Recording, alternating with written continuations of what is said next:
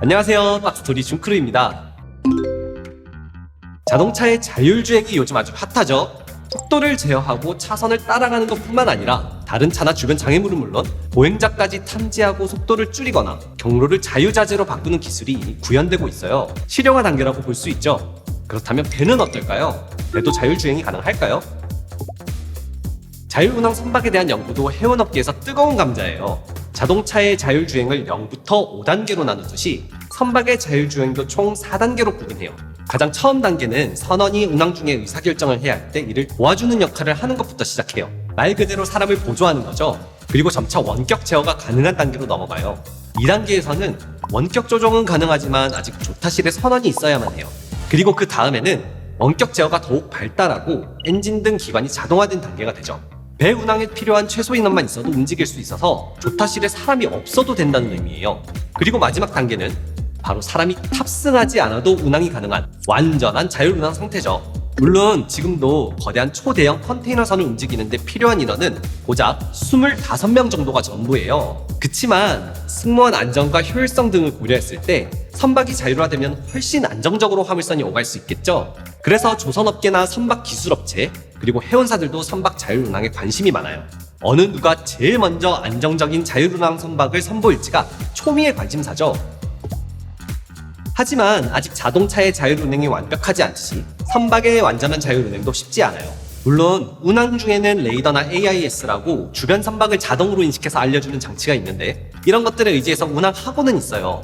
큰 장애물은 피할 수 있지만 아직 장치에 인식되지 않는 작은 부표나 장애물 같은 것들은 사람이 직접 눈으로 확인해야만 하거든요. 하지만 완벽한 자율운행이 아닐 뿐 지금도 선박에서는 반자율운행을 시행하고 있어요. 바로 오토파일럿이라는 장비예요. 자동 조타 장치라고 운항 경로를 보조하는 기능이에요. 어떻게 설정하느냐에 따라 두 가지 모드를 사용할 수 있어요. 첫 번째 모드는 헤딩 컨트롤 모드라고 좌우선을 기준으로 설정한 방위각에 맞춰 선박이 자동으로 운항하는 기능이에요. 이 각도를 침로라고 하는데 쉽게 말하면 선박의 운항 경로라고 보시면 돼요. 만일 침로를 78도로 설정하면 좌우선을 기준으로 78도에 최대한 맞춰 내가 자동으로 운항을 하는 거죠. 두 번째 모드는 트랙 컨트롤 모드로 항해사가 그린 경로를 그대로 따라가도록 설정하는 방식이에요.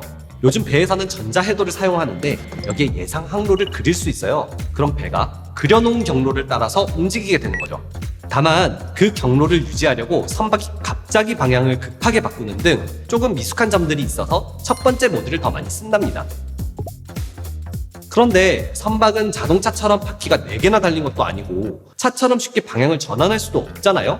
그렇게 큰데 물에 떠서 바다와 바람의 저항을 받으면서 움직이는 건데 오토파일럿이라는 기능 하나만으로 어떻게 일정 항로를 유지할 수 있는 걸까요? 그 비밀은 바로 빅데이터에 있어요.